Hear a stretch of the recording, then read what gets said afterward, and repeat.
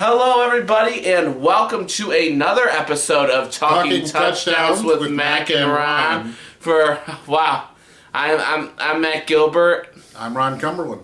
And we wanted to say it's definitely been an interesting season so far this year. We're going to do something a little different. We're going to talk about college first, because I think we're both very excited about that. Ohio State beats Michigan for the first time in five years. Yep, 5 years. Ryan Day, I think this now, we said a year ago he was going to get fired. I think he's now an icon there. Oh, yes. They love him. You beat Michigan, it's a good season. Yes, we have to talk about the Big Ten game? Oh, yes, we do. I'm sorry. Yes, we do, but... Only lost by 3 points. We did, and to be honest, I think Ohio State was still on the honeymoon from the Michigan game when they lost to They had Indiana. 2 opportunities where you could have taken the lead, and forgive me, I was always taught forward momentum is when the ball breaks the plane, it counts. Do you know what I'm talking about? Yes, I do. But I want to just say one thing though. There's that kid from Indiana, that Fernando Mendoza kid. He surprised me. You were right. He's good. He is a kid great personality. Because how many times do you see like a quarterback when you interview him? He wants to be there. He wants to. I know. He tells you the story of the game. Like he doesn't just answer the question. He describes it in detail for you. I know one. Who? C.J. Stroud. I saw him play last week, and first thing he said was after they won the game, Thank you. All the glory to God. All the glory goes to God. Thank you. He does that, and I do like that about him. But Mendoza does that too. But one thing about Mendoza, though, like a lot of players do that. He's like very like you see a lot of players like they just answer the question. Yep. They're just ready to be done with that interview. Mendoza, he pours it all out. He tells you in detail. I agree. Everything, and that's what amazes me about this young kid. And great personality. He's got the height to play in the NFL. Oh, yeah, definitely. He's definitely got the arm. He should be the Heisman winner. He should be the Heisman winner. I'm saying that as a devout Buckeye fan. But the one thing that scares me about Fernando Mendoza, the teams that are really going to be in the hunt for a quarterback... Oh, no offensive lines. Are the teams that consistently ruin quarterbacks' careers. You're right. There's only 2 teams I could see him going to that have a low pick where I think he could definitely be a difference maker. He'll be a difference maker anywhere, but I think there are 2 teams that I could trust that will not ruin his career. The New Orleans Saints and the Arizona Cardinals. You think the Cardinals would actually protect him? I think they could, and I think if he goes to the Cardinals... Marvin Harrison Jr. is not a bad receiver. No, he isn't. It's the person throwing the ball to him. I've been saying that for how long, my friend? Like, that guy, I'm going to say this, it's a miracle. I'm not dissing Kyler Murray, but I think it's really a miracle that this guy has made it into the NFL and been in the NFL as long as he has, and been an NFL starter as long as he has. Oh, I agree. But I hate to say it, but it's time. The Cardinals, if they want to have a future, they need to move on from him. And yes, definitely. And that's the Cardinals' biggest problem. They are too loyal to their people. Yes, they are. You saw it with Kurt Warner. They gave him that 5-year extension, like even after he retired, where he could have come back at any time. I know. Same with Larry Fitzgerald and all those other guys. But yeah, I think if Mendoza went to the Cardinals, he already has got a good receiver. You just get an O-line around him, and I think that team's a solid team. That's true. Then the Saints, you saw what they did with Drew Brees. They've just been looking for a guy who's... Right. I agree with you on that.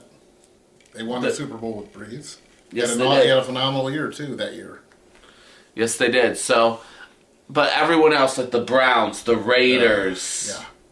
I could have seen them in the Dolphins, but I think the Dolphins, with their hot streak lately, I think they're going to be too low down to get him.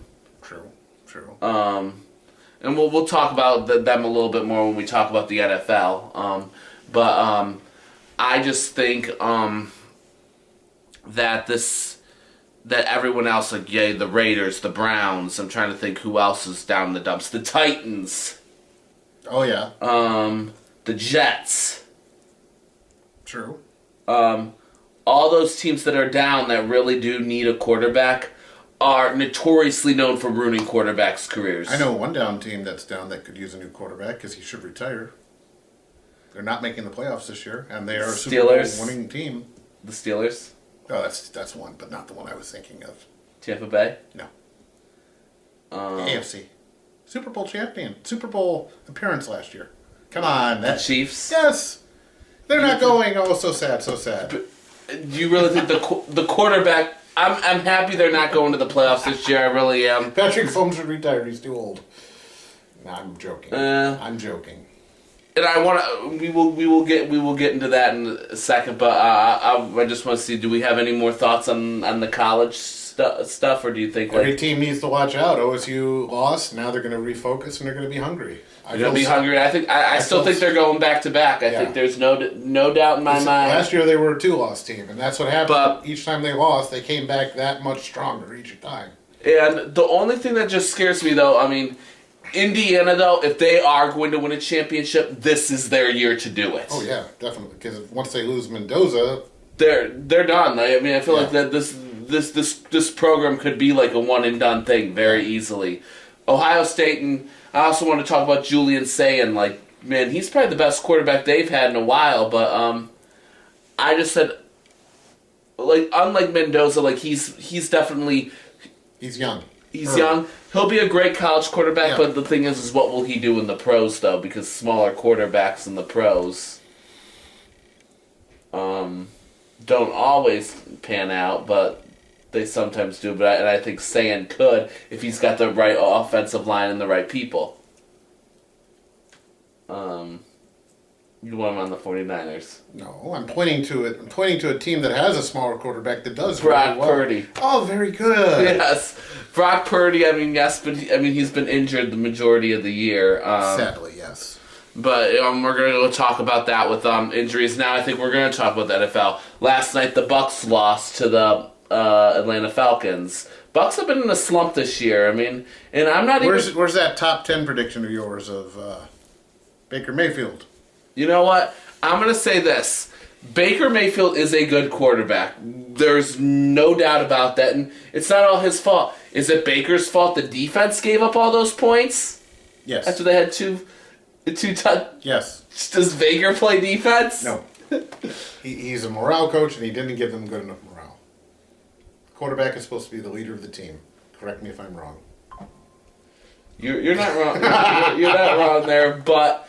I'm sorry. I'm having fun with you today, my friend. I'm in a good mood. But the big problem I feel like with Baker, and we've both said this before, when he's injured, he doesn't sit. Oh, has he been injured this year? Yes, he's been injured. Sorry, I haven't followed him. He's been injured a little bit like this year, and it's like in his it's his non-throwing shoulder like it was. It's not as bad as it was the first time. Is he doing Iron Man routine where he's wearing all the hardware again?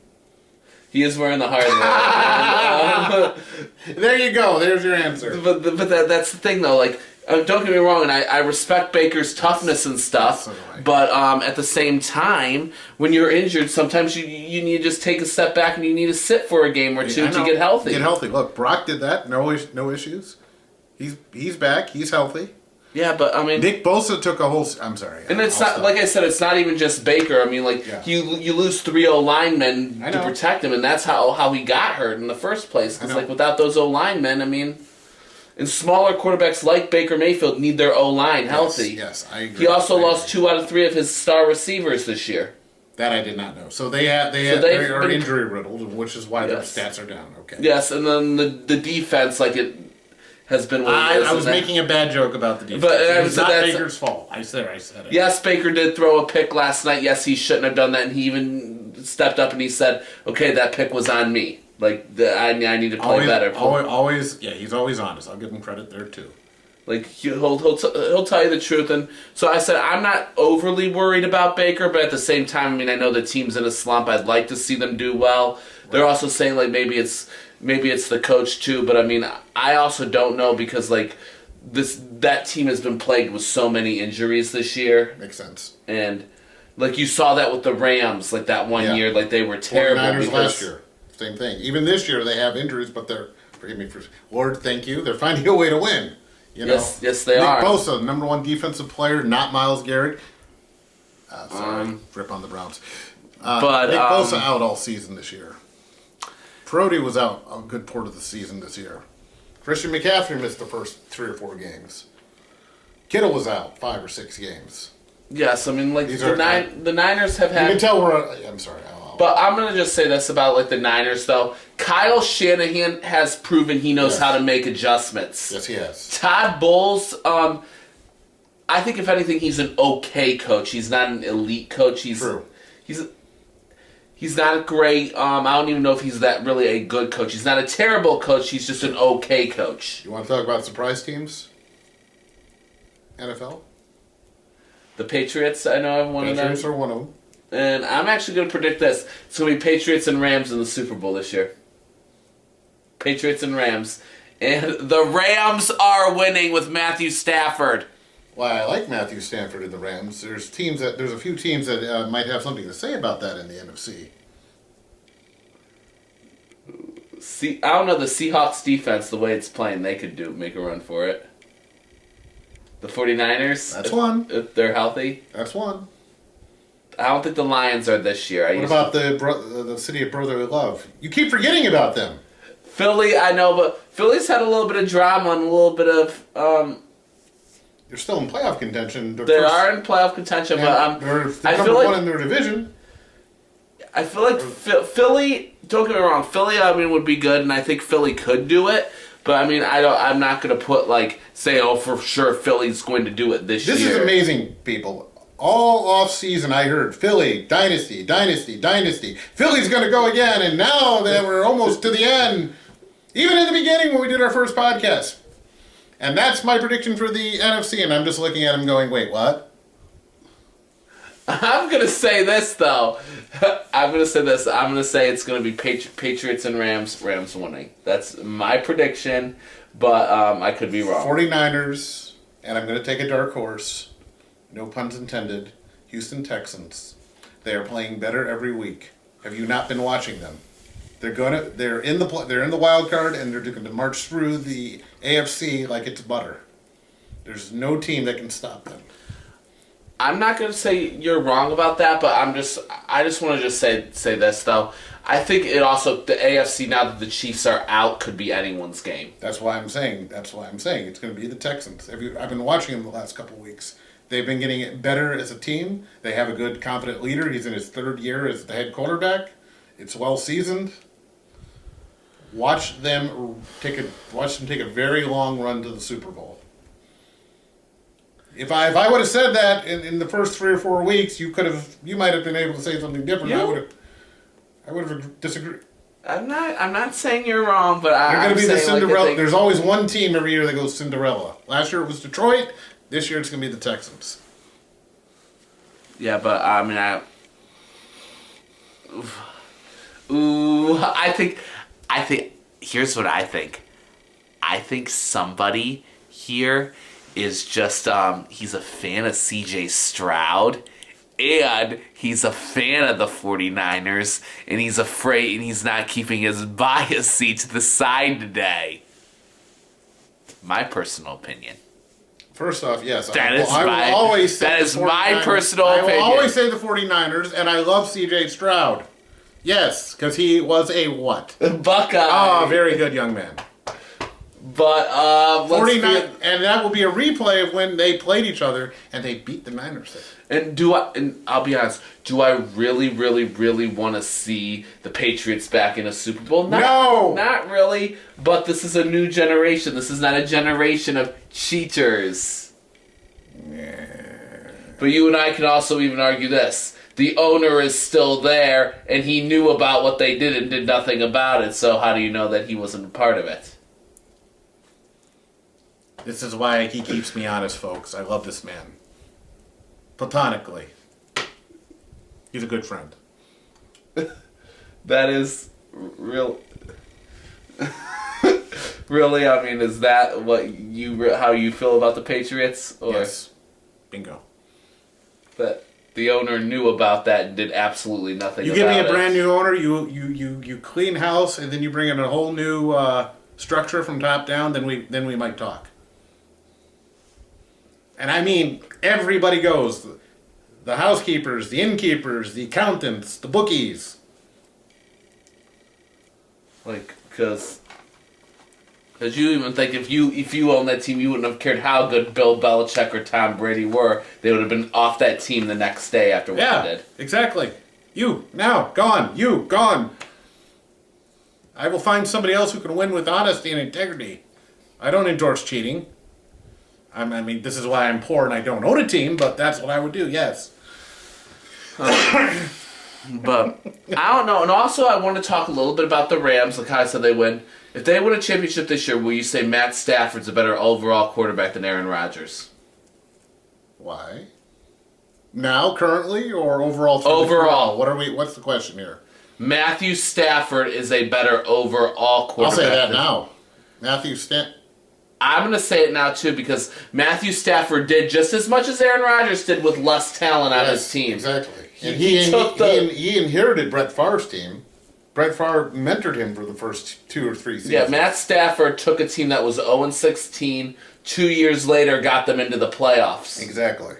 And with the head coach is now the defensive coordinator for the Browns. And to be honest, I think the Browns should fire Stefanski and give Jim Schwartz another shot at coaching to be a head coach. That would be interesting. He deserves another shot because with the Browns, it's not the defense's fault they're losing. No, I agree with you on that one.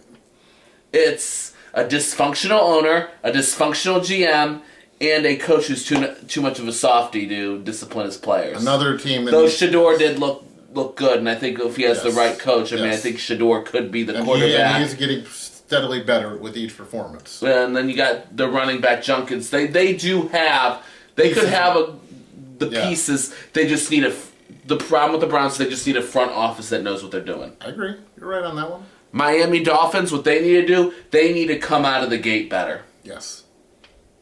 Tampa Bay needs to stay healthy, and I think if Tampa Bay stayed healthy, I think they would have been fine this year. Oh, I agree. Yeah. They lost a lot of close games, and I mean I think they are going to need a little help on defense too. Mm-hmm.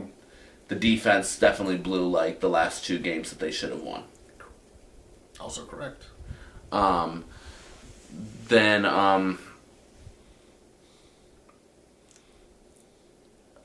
also don't know this about. I want to say this about the Dolphins. Do you think it's time to move on from Tua? Or yes. Like people want to talk about Baker being inconsistent. Like I see those posts where the fans talk about I don't say that. The definition of inconsistency is Tua Tagovailoa.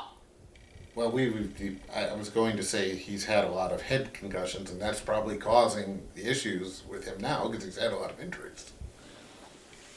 I wasn't trying to do that, That's my 2 cents, and even you have come out and said that on occasion. Oh, I agree. And definitely. I mean, if you really look at Tua Tagovailoa, like all those head injuries. Now who's getting passionate about the teams they love? It's time for him to. It really is time for him to retire. I mean, I agree. And to be honest, I was in Tua's corner until this year. I really was. I know you were. But all of a sudden, he was an avid Browns fan, ladies and gentlemen, and then all this Dolphins merchandise pops up. What the hell is this? Are you sick? But I also think that I also do think the Dolphins do need a new head coach. I mean, I think Mike McDaniel they're going to give him another year because he did get on this hot streak. Yes, of course. But also, they really didn't beat anyone that good, minus the Bills. Right. I think McDaniel, my opinion of him, he's a great offensive coordinator, but I feel like there's just something missing. He doesn't have that to be a head coach. Correct. Same with Stefanski. I think they're both great offensive coordinators. Yep. And if you really want to connect the dots with Stefanski, Minnesota, he was an offensive coordinator on the offense for 18-something plus years. Right. Why do you think they never promoted him? Exactly. There you go. They knew who he was. They knew he really couldn't. I mean, his name floated around like 3 or 4 years every time a head coach position came up, and no one ever bit the apple except the Browns. I wonder why. Andrew Barry looked at the analytics, yep. and we all know how he does that a lot, and it never works in his favor. Amen. I think one team that got cheated this year, the Bengals. If Burrow stayed healthy, I think that this would have been the Bengals' year to do some big things, and I think the Bengals could have really taken down everybody, and I think Burrow could have had an MVP year, like especially with the way he played against the Bills. Yep. Right. I do think this though. I think that with Baker, like every time like he has a bad game, they always say, "Oh, he's just mediocre at best" and stuff. The thing I don't like about that the most, when Patrick Mahomes has a bad game, they end up saying nothing or saying it's no big deal. Like when Patrick Mahomes throws 3 picks in one game. You're right. And for him, like, he throws 1 pick and everyone just lights up like, oh my God, he's so inconsistent. True. Very true. And I'll be honest, a part of me thinks Baker's done this to himself a little bit. Baker talks a big game where Mahomes really doesn't, and that might be all jokes aside, I like to pick on Mahomes a little bit, all because he's not a 49er, and he beat my 49ers, and yes, I remember these things. But yes, he is a very down-to-earth player. Baker, I mean, he's... Yeah, Mahomes is down-to-earth. I agree with that 100%. Baker, I mean, I love him to death, but he does have a little bit of a big mouth. Yes. And I mean, for crying out loud, like as Nick Bosa once said,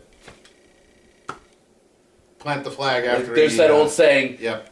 If you're gonna talk the talk, you gotta walk the walk. Like I said, when Nick Bosa zapped him in or sacked him in the NFL, he got up and we remember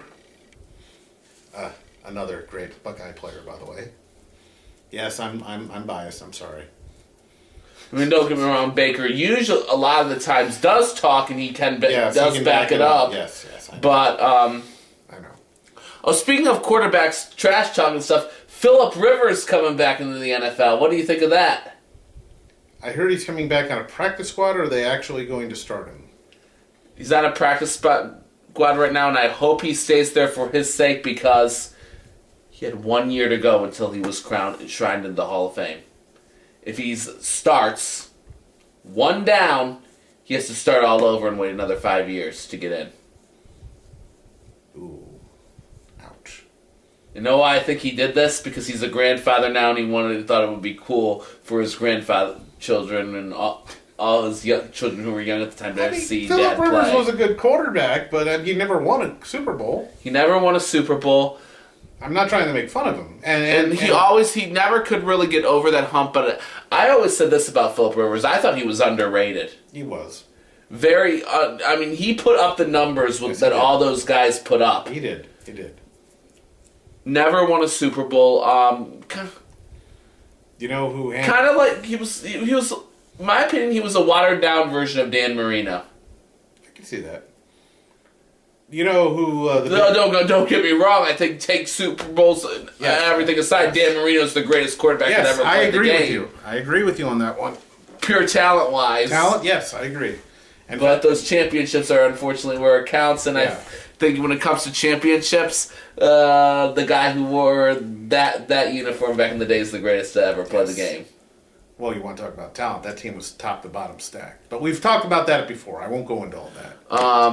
And the other thing I wanted to say about Joe Montana, though, I mean, I think we might have said this before. He could have played another 2 or 3 years if he really wanted to. He could have. But wife said time to sit. Time to sit. Your daughters need you at home, and he didn't argue. He just said, "You want me home? Fine, I'm home." Yeah.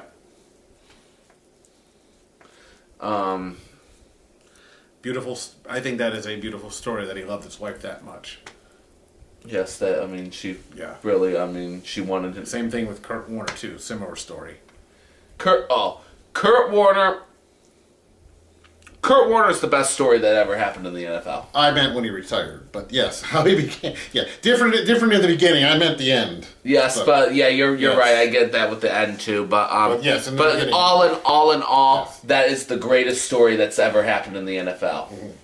Oh, I agree. He was bagging groceries. And he was like, literally like. Right before he went into the NFL, he was in a situation where his car actually broke down with gas and he had to walk 2 miles to the gas station and then get gas. He was in the Arena League for a couple years. The Rams called. Dick Vermeil was the coach and he liked what he saw in him in the Arena League. I think it was Trent Green was the starting quarterback. And Green ends up going down with an injury. Warner comes in, and he has a season that, at that time, the only person who had more touchdowns in a single season was Dan Marino. Right. You're absolutely correct. Are you saying that because you know, or are you saying that because you just know that I'm always right when it comes to these things? A little bit of both. I like Kurt Warner, and I know a lot of his stats. Because sometimes I really wonder what is it that you do here other than just feed off of me? Oh, you don't want me now? Bye. This is the last show with Mac and Ron. It's going to be the Mac show after this, folks. What do I do here? I keep you honest. You do.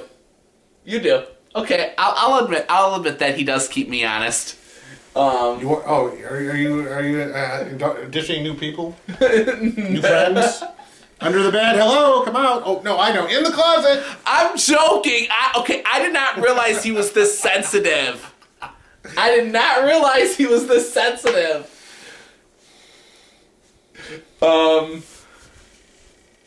It could be worse. I mean, I could be with someone who just talks my ear off about anime on this sports show. I like anime, you know that. Oh, I know you do. Do I bring up anime on a talking show? You don't.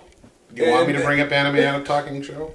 About football? No, because some people actually have to listen to those lectures on anime for a living. You don't do that for a living. You work at a factory. I do not on anime and football show. Dragon Ball Z #1. Yep, there it goes. But all I'm saying is I'm not dishing out anyone, but some people do listen to anime lectures for a living. There are some people out there that do. That's all I'm going to say. Anyway, we had a great time talking about sports today. Anything else you want to add? Hopefully we'll see you before the end of the year. I'm hoping so too. If not, have a happy holidays, folks. Happy holidays. All right, for those just tuning in, this is Matt Gilbert. Ron Cumberland. Saying good night and keep watching Talking Touchdowns with Mac and Ron. Amen. That was a good one. Yeah, it was.